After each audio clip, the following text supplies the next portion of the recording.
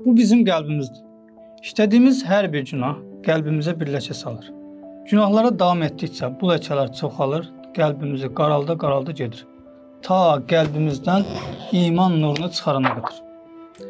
Məsələn, sən bir günah işləyirsən, bu günahın cəzasının cəhənnəm olduğunu bilirsən. Qəlbindən deyirsən ki, kaş ki cəhənnəm olmayaydı. Sonra sən cəhənnəmin yoxluğuna dair kiçik bir şübhə gördükdə, o şübhəyə tutunursan, onu böyük bir dəlil kimi qəbul edirsən. Və yaxud sən namaz qılmırsan. Bunun Allahın əmrinə qarşı olduğunu bilirsən. Kainat sultanının əmrinə qarşı gəlmək sənin vicdanını çox narahat edir.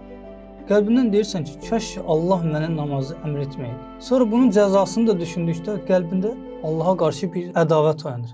Çünki sənə cəza verəcək.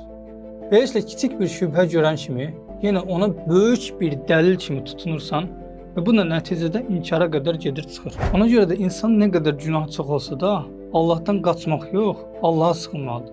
Çünki sənin günahlarını bağışlayan yenə Allahdır. Sən əgər həqiqətən peşman olarsınsa, səmimi bir tövbə edərsənsə, Allah sənin qəlbini yenə də ilk əvvəlki vəziyyət kimi təmizləyər.